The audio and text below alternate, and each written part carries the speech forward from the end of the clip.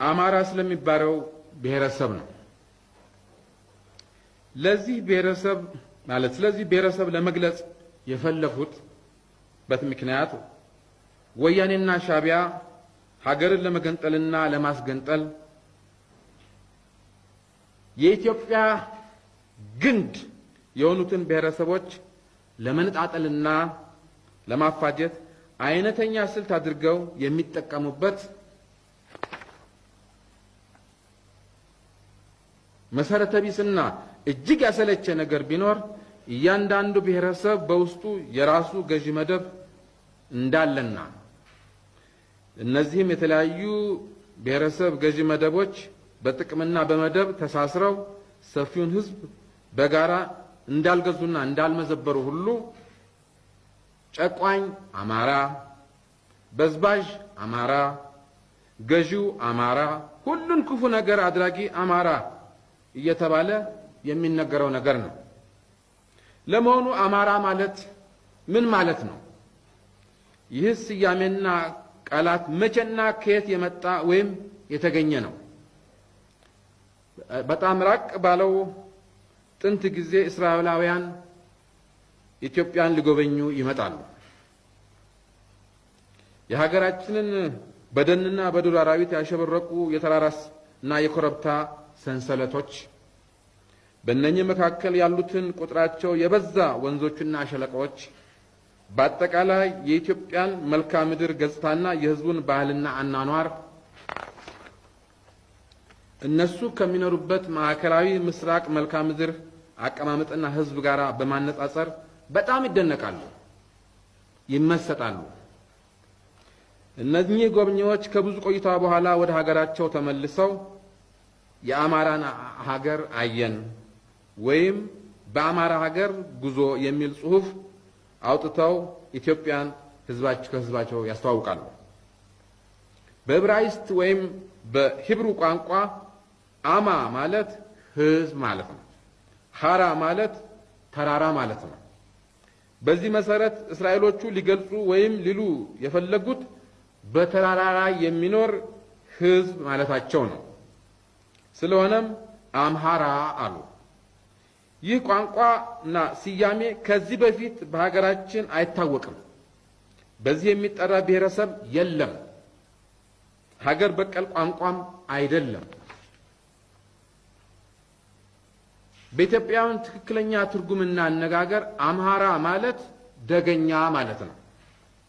ታዲያ ይህ ከሆነ አምሃራው ወይም ደገኛው ደጋማው ኤርትራ ነው፣ ትግራይ ነው፣ ጎንደሬው ነው፣ ጎጃሜው ነው፣ ወለየው ነው፣ ኦሮሞው ነው፣ ጉራጌው ነው፣ ከፋው ነው፣ ግሚራው ነው፣ ጋሞው ነው፣ ሀዲያው ነው፣ ወላይታው ነው፣ ከምባታው ነው፣ አርጎባው ነው ወዘተርፈ ማን ነው? መልሱን ለታሪክና ለሕዝብ ተዋል። አማርኛ የተሰኘውን ወይም የተባለውን ቋንቋ እንውሰድ ወይም እንመልከት። ይህ ቋንቋ በመሰረቱ የአንድ ብሔረሰብ ወይም የሕዝብ ቋንቋ አይደለም።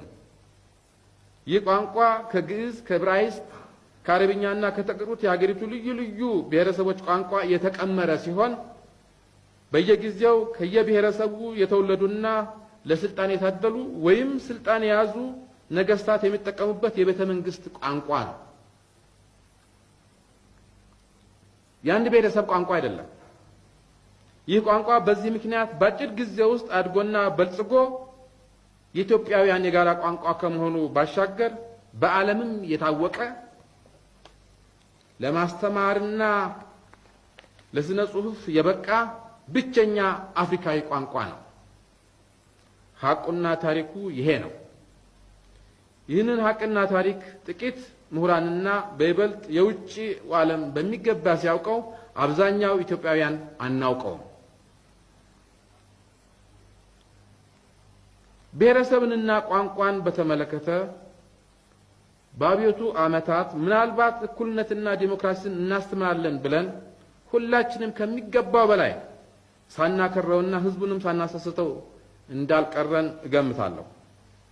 በርግጥ ኢትዮጵያ በመሰረቱ የብዙ ማህበረሰብና ብሔረሰብ እናት ሀገር ብትሆንም ባህርታዊ ነን ብንልም ማመንና መገንዘብ ያለብን ቀደም ብዬ ልገልጽ እንደሞከርኩትና የታሪክና የኢትዮጵያ ጥናት ባለሙያ የሆኑ ሊቃውንት እንደሚነግሩንና እንደሚያስተምሩን ከአንድ ብሔርም አልፎ በእውነቱ አንድ ቤተሰብ ነን። ደግማለሁ፣ ከአንድ ብሔርም አልፎ በእውነቱ አንድ ቤተሰብ ነን። ገንጣዮችና በታኞች የጀመሩት ዘመቻ የሚያስከትለውን ጣጣ የኢትዮጵያ ሕዝብ ልብ ሊለው ይገባል። ለመበታተን የሚፈለገው ሀገርና ሕዝብን ብቻ ሳይሆን ቤተሰብን ነው። ለምን?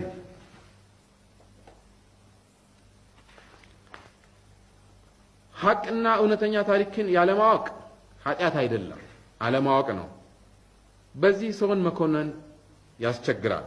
ግን ውሸት፣ በታኝና አፍራሽ ታሪክ መፍጠር ግን ምን ማለት ነው? መፍጠርስ ከተፈለገ ወይም ካስፈለገ ለምን በጎውን፣ ገንቢውን፣ ሰብሳቢውን ነገር አንፈጥርም? ለዚህም ነው ከመስፋፋት ፈንታ መኮስመን፣ ከማደግ ፋንታ መቆርቆዝ፣ ሁሉ እያለን አተን ከመበልጸግ ፋንታ ከድህነት ወለል በታች ቆመን ከሰላም ጦርነት፣ ከፍቅር ጥላቻ የዘራነው ወይም ያተረፍነው።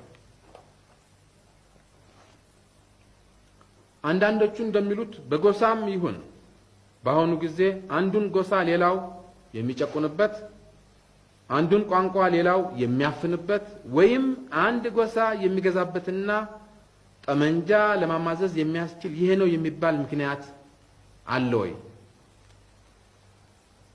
ከማህበራዊ ንቃታችንና ከኋላቀነታችን ብቻ ሳይሆን ከስርዓቱም ባህሪ መንስኤነት መናናቅ፣ መሻኮት በነበረበት ረጅም ጊዜ አባቶቻችን ኢትዮጵያን ኢትዮጵያ አሰኝተው አብረው ኖረው አብረው መክተው ይችን ሀገር ለኛ አስረክበውናል። ዛሬ አንድነታችን ኃይላችን፣ እድገታችን፣ ሰላማችን መሆን ሲገባው አንድነታችን ነው ችግራችን የተባለበትን ምክንያትና ይህንንስ ማን እንደሚል መልሱንና ፍርዱን ለኢትዮጵያ ሕዝብ እተዋለሁ። የኢትዮጵያ ሕዝብ ሆይ በታኝና ገንጣዮችም በነገው ማለዳ የዚህ አፍራሽና ፍጹም ተቃራኒ የሆነውን የፈጠራ ታሪክ ከስድብ ጋር እንደሚያጎደጉዱት የሚያጠራጥር አይደለም። ይሁንና አበክረን አዘውትረን ኢትዮጵያ ኢትዮጵያ የምንላት በኋላ ቀርነቷ ሳታጣ በማጣቷ በእጅጉ የምንቆጭላትና የምንቆረቆርላት ከብዙ ምዕተ ዓመታት እንቅልፍ ነቅታና ተነስታ እንድትሮጥ ጨርሶ እንድትለወጥ ትቅደም የምንላት ብዙ የምንመኝላት የምንሞትላትና የምንዋደቅላት ምናልባትም ጥቂቶቻችን በራሳችን ላይ የባዕዳን ብቻ ሳይሆን ከወገንም አልፈን የሥጋ ዘመድ ጠላት የገዛንባት ስለተወለድንባት ስላደግንባት ብቻ ሳይሆን እሷ አርጋልን እሷ ተጠቅማ እንጠቀማለን በማለት የራሳችንን ፍላጎት ከሷ እድገት ጋር አጣምረን አይተን ሳይሆን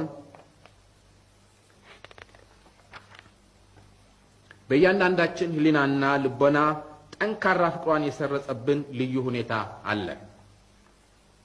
ለእኛ ኢትዮጵያ ማለት ለመለያና ለመጠሪያ ያህል የሚያገለግል የሀገር ስም አይደለም። ለእኛ ኢትዮጵያ ማለት በተፈጥሮ ሀብትና ልምላሜዋ በጣም የታደለች አለባበስ ኩል ወይም ሜካፕ የጎደላት ግን እጅግ ውብና እጅግ ቆንጆ ፍቅሯ የማይጠገብ ገና ወጣትና ድንግል እናት ነች። ኢትዮጵያ አትንኩኝ አትድፈሩኝ ባይ ለዳር ድንበራቸውና ለአንድነታቸው ለክብራቸው ለአርማቸውና ለዓላማቸው ታጋይ የሆኑ ማንንም የማይፈሩ ለማንም የማይበገሩ የጀግኖች ሀገር ናት። ኢትዮጵያ የተባለችው ሀገርና ኢትዮጵያዊ የተባለው ሕዝብ ህልውና ከተመሰረተ እጅግ ረጅም ምዕተ ዓመታት ተቆጥረዋል። ኢትዮጵያ በዚህ የዓለም ክልል ማለትም በምስራቅ አፍሪካና በአባይ ሰሃራዊ ክልል ከቀይ ባህር ባሻገርም ከደቡብ አረቢያ እስከ ማደጋስካር ድረስ ከዛሬቱ ኢትዮጵያ ግዛት ክልል እጅግ የሰፋች ብቻ ሳይሆን በሰው ዘር ምንጭነት፣ በሃይማኖት፣ በስነ መንግስትና በስነ ጽሑፍ፣ በስልጣኔ ቀደምትነት፣ በጦር ኃይሏ፣ በነፋሻ የአየር ንብረቷ፣ ድንበር ዘለል በሆኑ ታላላቅ ወንዞቿ፣ እጅግ ስትራቴጂካዊ በሆኑ የባህር በሮቿ ብቻ ሳይሆን የባህር ግዛቶቿ ጭምር በዓለም ሀያላን ከነበሩት ጥቂት ሀገሮች አንዷ ነበረች። ይህንን ስል ኢትዮጵያ በዓለም መንግስታት ማህበርና በአፍሪካ አንድነት ድርጅት ቻርተር ፍጹም ተገዢ እንደመሆኗ መጠን የግዛት አለኝታ ጥያቄ ለማቅረብና የመስፋፋት ስሜት ለመግለጽ ሳይሆን ኢትዮጵያ የምትባለው ሀገርና ኢትዮጵያዊ የተባለው ሰው ታሪክ ሐቁን ለዛሬው ትውልድ ወገኔ ለማስታወስ ብቻ ነው። ከጂኦፖለቲካ አኳያ ኢትዮጵያ በአፍሪካ ቀንድ የምትገኝ የቀይ ባህር፣ የአባይ ሸለቆ፣ የአዋሽ፣ የዋይ ሸበሌና የገናሌ፣ የተከዜ፣ የኦሞና የባሮ ወዘተ ባለቤት በመሆኗ በመሃሏ ተራሮች የተንሰራፉባት እርጥበት ያልተለያት ለአካባቢው በረሃማ ሀገሮች የህይወት መድህን የሆነች ሀገር በመሆኗ ይህንን የተመለከቱ በቀጥታና በእጃዙር ዝንተ ዓለም አይነተኛ ተግባራቸው አድርገው ሲታገሏትና ሲገዘግዟት የዚች ሀገር ተወላጅ የዚህ ሁሉ ጸጋ የዚህ ሁሉ ረጅም አኩሪና ገናና ታሪክ ባለቤት የሆኑ ልጆቿ ሌላው ቢቀር ወይም ሌላ ማድረግ ባንችል ቢያንስ እችን የቀረችውን ድንበራችንን ከአባቶች የተረከብነውን ነፃነታችንን አንድነትና ሉዓላዊነታችንን ጠብቀንና አስጠብቀን ለተከታዩ ትውልድ ለማስረከብ ከተስፋፊዎች ከእድገትና ከአንድነቷ ጸሮች ጋር መታገላችን ጦረኛ ጸረ ሰላም ሊያሰኘንና ወንጀለኛ ሊያደርገን ይገባል። ከጥንት ጀምሮ የአካባቢው መንግስታትና ባህሎች ሲነሱና ሲከስሙ የኢትዮጵያ ስሟ ግዛቷና ሉዓላዊነቷ ሳይከስምና ለዚህ ማለት ለብዙ ጊዜ ሳይደፈር ተጠብቆ መኖሩ ህዝቦቿ በእነዚህ ሁሉ ሁኔታዎች ውስጥ ልዩ ባህሪና ህልውና ያለው ታሪክና ባህል ለመፍጠር አስችሏቸዋል። ይህ በጥቁር ዓለም አቻና ወደር የሌለው ያላቋረጠ ገናና አስደናቂ ልዩ ባህልና ታሪክ ሌላ የኢትዮጵያ መልክዓ ምድራዊ ሁኔታ ራሱ በሁሉም ብሔረሰቦቿና በተከታታይ ትውልዶቿ ለአንድነትና ለእናት ሀገር ጽኑ ፍቅር መስረጽ ጠንካራ መሰረት ፈጥሯል። በየትኛውም ጊዜ በየትኛውም ቦታና ክልል ከየትኛውም ብሔረሰብ የወጡት አመራሮች በየዘመኑ ጊዜው በፈጠረው ሁኔታ የገጠማቸውን ፈተና ከመላው ህዝብ ጋር በመወጣት ወይም በማለፍ ለኢትዮጵያ ህዝብ ውህደትን፣ አንድነት፣ ለኢትዮጵያዊነት ስሜትና ፍጹምነት በወታደራዊ ባህል አደረጃጀት ከፍተኛ አስተዋጽኦ ያደረጉ ሲሆን ከ17ኛው እስከ 19ኛው ክፍለ ዘመን በተከሰተው ወይንም በተፈጠረው የማዕከላዊ መንግስት ድክመት በየክልሉ ኃላፊነት ላይ የነበሩ በጎጠኝነት ስሜት የተወጠሩ ለግል ጥቅማቸው ያደሩና ከባዕዳን የተመሳጠሩ ከ100 ዓመት ላላነሰ ጊዜ ህዝቡን ከፋፍለው የሀገር ፍቅርና ብሔራዊ ስሜቱን ሸርሽረው ሀገሪቱ በየማዕዘኑ ለባዕዳን ወረራ እንድትጋለጥና እንድትጋለጥ በማድረግና በማዳከም ታላቋ ኢትዮጵያ ያሰኛት ሰፊ ግዛቷ ግዛቷ አሸብሽቦ ገናና ስሟ ከስሞ አሁን ያለችበትን ሁኔታ ይዛ እንድትቀር በታሪኳ ለመጀመሪያ ጊዜ እጅግ የተዳከመችበትና የተወጠረችበት ህዝቡም በከፍተኛ ሰቆቃ ላይ የወደቀበት ጊዜ ነበር። በ18ኛው ክፍለ ዘመን አጋማሽ በአጼ ቴዎድሮስ ጥረት ጎጠኞችን በማንበርከክና መሳፍንታዊ ትርምስን በማስቀረት ህዝቡ ብሔራዊ ስሜት እንዲታደስና ሰላማዊ ኑሮ እንዲመሰርት ለኢትዮጵያ አንድነትና እድገት የሚበጅ ጠንካራ ማዕከላዊ መንግስት በመመስረት ያሰቡት ሰፊ እቅድ ሁሉ ዳግም በጎጠኞች ሴራ ቢከሽፍም ቢያንስ የዛሬቱን ኢትዮጵያ ለማቆየትና ለተከታዮቻቸው ጥርጊያ መንገድ በመክፈታቸው በኢትዮጵያ የአንድነት ኃይሎች ህሊና ምንጊዜም የማይረሱ አርአያና ለሀገሪቱም ታላቅ ባለውለታና ጀግና መሪ ናቸው። ሆኖም የዘመነ መሳፍንት ጠንቅ ታላቋን ገናናዋን ኢትዮጵያን ማዳከምና ለባዕዳን ወራሪዎች አጋልጦ አካሏንም ማኮስመን ብቻ ሳይሆን ምጽዋን፣ ዘይላንና ታጁራን የመሳሰሉትን የባህር በር አልባ በማድረግ እድገቷን አቆርቁዞ የኋላ ቀር ያደረጋት ብቻ ሳይሆን የባህር በሮቿንና ጠረፎቿን በመንደርደሪያነት በመቆናጠጥ ቅኝ ገዢዎች ያላሰለሰ ጥቃት፣ ሽንፈትና ብሎም ጠቅላላ ወረራ ተዳርጋ